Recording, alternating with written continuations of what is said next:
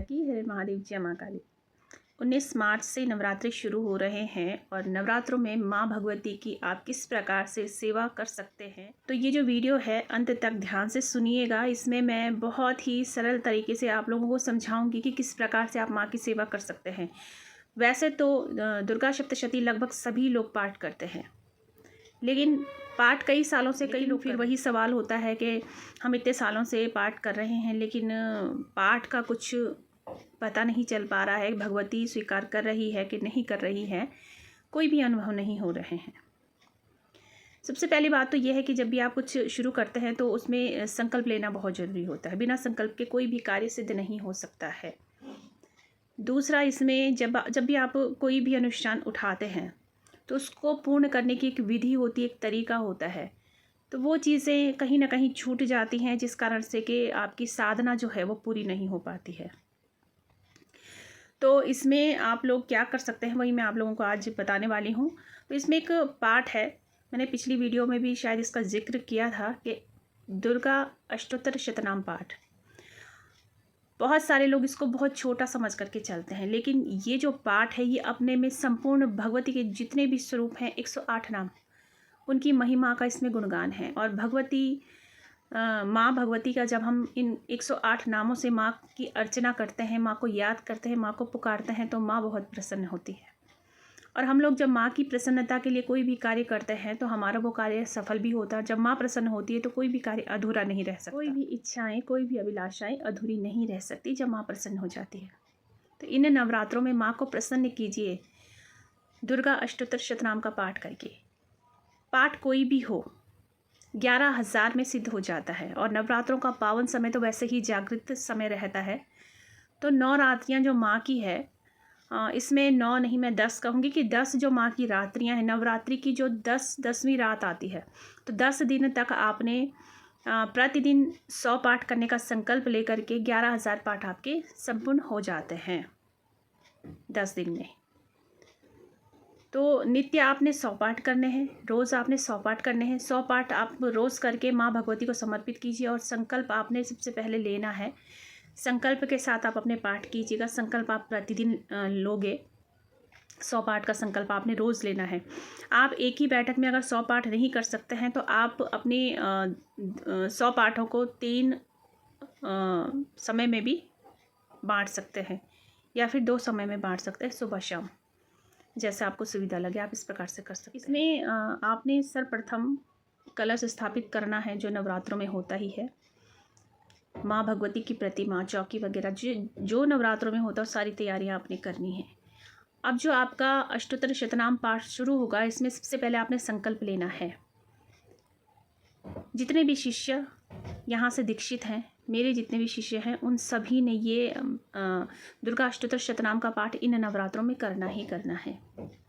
ठीक है, बाकी विधियाँ सारी वही रहेंगी जो मैंने शिष्यों को बताई हैं। नारियल गोलागिरी जो है वो स्थापित होगा। जिन शिष्यों ने साधनाएं इससे पहले भी की है उनको पता है।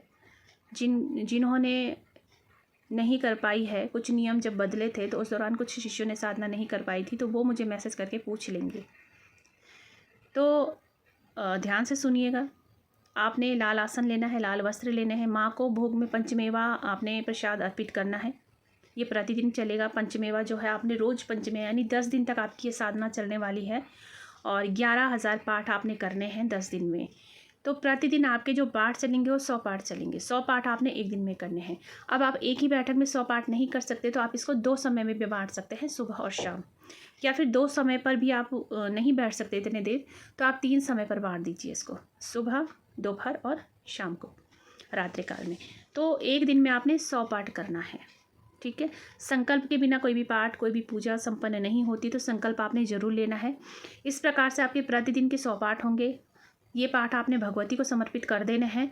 और 10वें दिन जो आपका पाठ होगा, इसके 10वें दिन आपने हवन भी करना है। हवन आप रात को कर सकते हैं, क्योंकि माँ की पूजा रात्रि काल में ही नवरात्रि की श्रेष्ठ मानी जाती है। तो हवन आप रात, जब आप हवन करोगे तो हवन सामग्री आपने क्या लेनी है, ये आप लोगों को पर्सनली बताया जाएगा। जो लोग इस वीडियो को देख करके पाठ शुरू करेंगे दुर्गा अष्टोत्तर शतनाम का, शिष्यों ने सभी ने करना है। जैसे कि मैंने अभी बताया, शिष्यों ने सभी ने करना है। इस पाठ को सिद्ध कर लीजिए।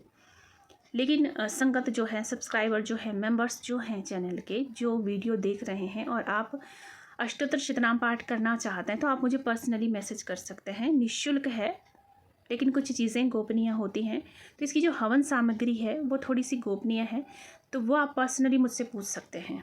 जिस दिन भगवती का आदेश हो जाएगा उस दिन मैं हवन सामग्री सार्वजनिक कर दूंगी, लेकिन अभी नहीं है आदेश, तो आप मुझे पर्सनली मैसेज करिए। इसमें आपको क्या क्या हवन सामग्री आपने लेनी है मैं वो आपको बता दूंगी।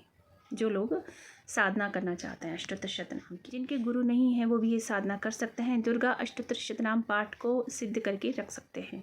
इसमें गुरु की आवश्यकता नहीं होती है, विशेषकर आप बिना गुरु के भी कर सकते हैं। लेकिन इसमें कुछ नियम होते हैं, यानी जिनके निर्देशन में आप ये साधना कर रहे हैं उनसे आपको आज्ञा लेनी भी आवश्यक होती है। वो इसलिए है ताकि आपका पाठ जो है निर्विघ्न संपन्न हो जाए। कुछ विधियाँ होती हैं जो पाठ से पूर्व करवाई जाती है शिष्यों से, तो वो आपको तभी पता चल पाती है जब आप पर्सनली मैसेज करोगे, पूछोगे तो बता दिया जाएगा। और फिर मैं दोबारा बोल देती हूँ निःशुल्क है, क्योंकि कई लोग ये चीज़ें पीछे इस वजह से भी हट जाते हैं कि शुल्क ना देना पड़े, है ना।